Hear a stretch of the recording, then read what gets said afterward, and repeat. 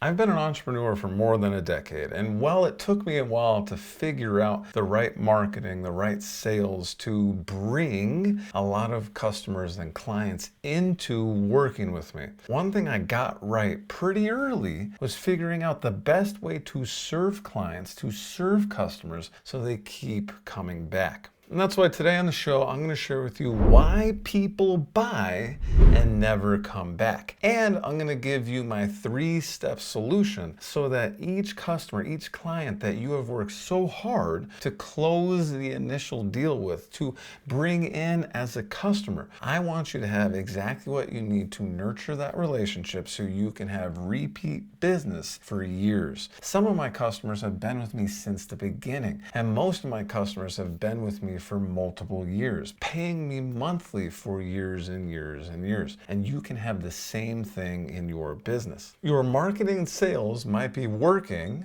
but something is breaking after. If this sounds like you in your business, where you are so good at getting customers to make the initial purchase decision, but then within weeks, your customers disappear. Well, the first reason that this may be happening is that your product, your service, whatever your customer is purchasing is failing to deliver on the promise. See, you could have amazing marketing messaging. You can have the best sales team ever. But if what your marketing is saying about your business, about your product, about your services, and what your sales team is selling doesn't align, doesn't match up with the value, with the ROI, the return on investment that your customer is actually getting, the promise falls short. And when the promise falls short, this doesn't necessarily mean that you're going to have a bunch of customers come and ask for refunds, because customers are used to being let down. And a lot of times customers realize, hey, well, I should have known, it sounded too good to be true, and this is what I'm getting now. And I got some value, but I'm not going to spend my money with this company again. Other times a company's promise may fall extremely short. And that's when you may have a bunch of data saying, okay, well, I get a lot of refunds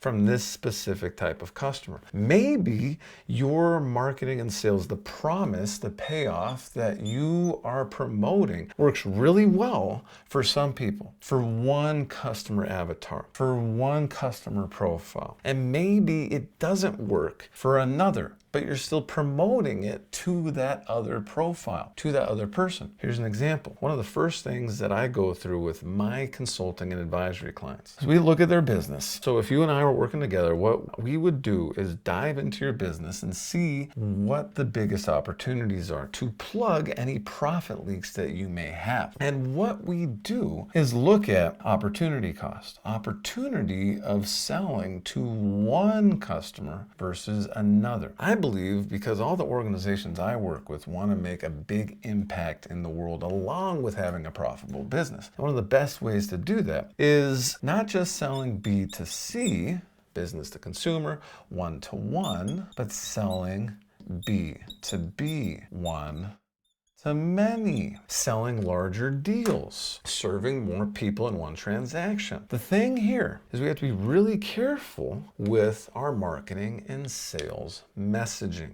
It's very different when you're selling B2C versus B2B. And this is something that we really need to dive into together. And we can do that one-on-one, but you can also join one of my Plug the Profit Leak Challenge group consulting experiences. You can grab your ticket in the show notes or on the YouTube description, or go to plugtheprofitleak.com and we can work on this together. But really, the first thing you need to look at, if you're making a lot of sales, you're not retaining any customers, is what is the promise that you are promising? What is the payoff that you are saying that your customers are going to get by using your product or using your service? And what are they actually getting? When there's a misalignment here, best case scenario, your sales are still good, but your return sales are zero. Worst case scenario, word of mouth gets out there and your sales numbers start tanking for even the first purchase of each client. You may start making less sales even if your marketing and sales messaging is right,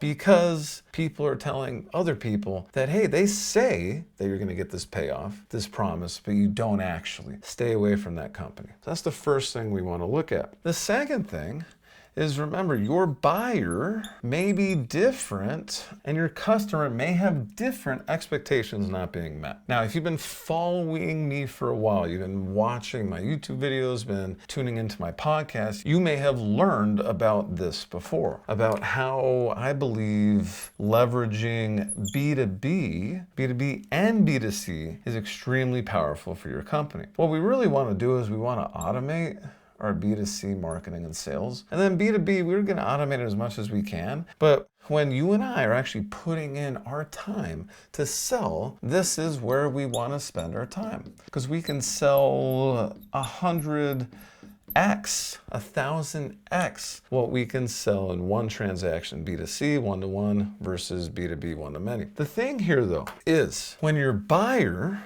is different than your customer, they definitely have expectations that differ as well. Now, some buyers may also be the customer. When we're looking at B2B, we're talking about a buyer making the purchase decision for 100 people, 1,000 people, 10,000 people. Now, you need to not only get your messaging right for the buyer, you need to get your messaging right for the customer. And you need to leverage something I'm going to share with you later in this episode to really make sure that your customer actually using your product is getting what they want out of it. And the buyer also is. Because what happens is your customer is going to talk to your buyer.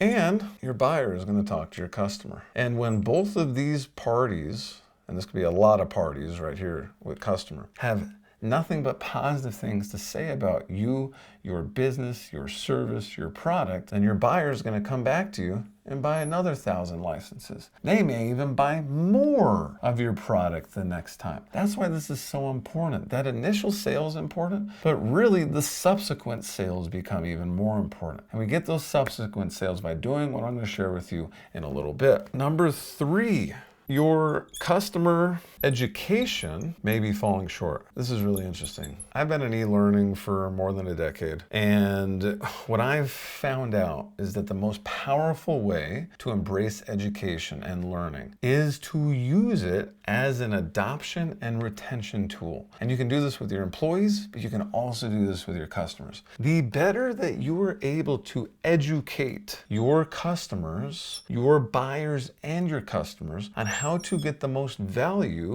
out of your product, how to actually get the payoff, the promise that we have told them that they're going to get. A lot of times this doesn't happen because there's an education gap, there's a knowledge gap. And you need to close this gap in marketing, in sales, but also after the sale is completed. One thing I do is I consult on multiple e-learning technologies, and I have programs built to teach my clients, my customers, how to use each of these technologies. Because I know that even though the companies I partner with have the best technology offerings, that doesn't mean that my customer is going to know how to get the most out of it. So in order to cut through all that, I make sure that my customers have exactly what they need to get the most out of it. Same thing with my consulting services, with my enterprise learning partnership program. Everything that I sell has an education component that simplifies it for my buyer, for my customer. So your customer education may be falling short. So here's the solution. To start,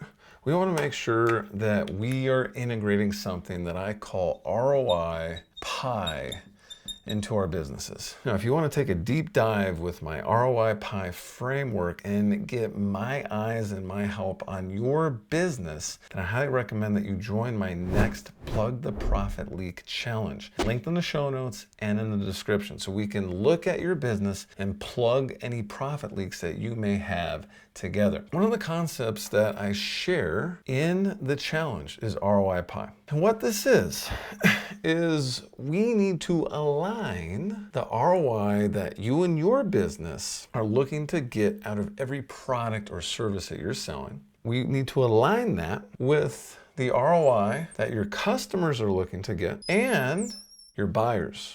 So we got you, your customers, your buyers. When we align the ROI of each of these parties, including you, we get the slice of the pie that fulfills the promises for all. And we create a win-win-win. So when you're looking at your business, we need to make sure that we know what buyers actually want to get, what customers actually want to get, and not just with our marketing, with our sales. Our products and services need to be about this slice of the pie. We need to actually provide the payoff, the value that we're saying that our buyers and customers are going to get. Number two, we need to work on implementing the 80-20 rule in our business. So once we find this pie, this piece of pie right here, I know if you're listening to this as a podcast, you can't see the piece of pie, but really what we've done is we've had 3 circles that overlap one another. Your circle, your customer circle, your buyer's circle. Where that overlaps is the pie that you need to focus on.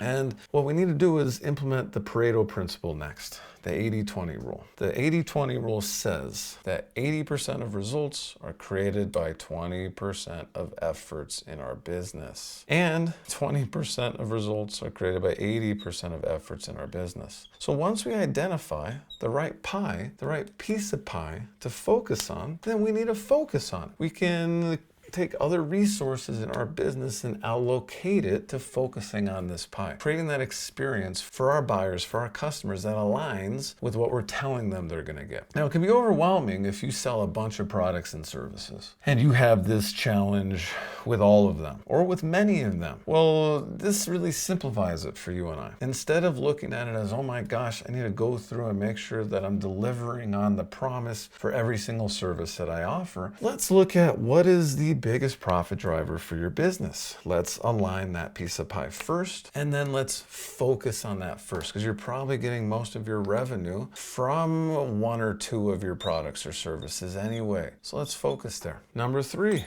let's educate our customers and buyers on how to win. It is our job to make sure that our customers know how to win with what they've purchased. This is what I like to call leveraging education as your competitive advantage. By educating your buyers before and after the sale, you create a win-win-win. You are going to retain more customers, which when you have more customers that buy from you over and over, this decreases your marketing and sales costs of acquiring new customers. And when you have customers bragging to others about your business, you're going to get customers that you're not even going to have to pay to market and sell to. Your revenue is going to go up, your expenses are going to go down, and ultimately your profit is going to go up. Revenue minus expenses equals profit. If you want help with any of this, I highly recommend that you join my next Plug the Profit League Challenge. Go to plugtheprofitleaguechallenge.com and grab your ticket to the next challenge. I'll see you in the next episode.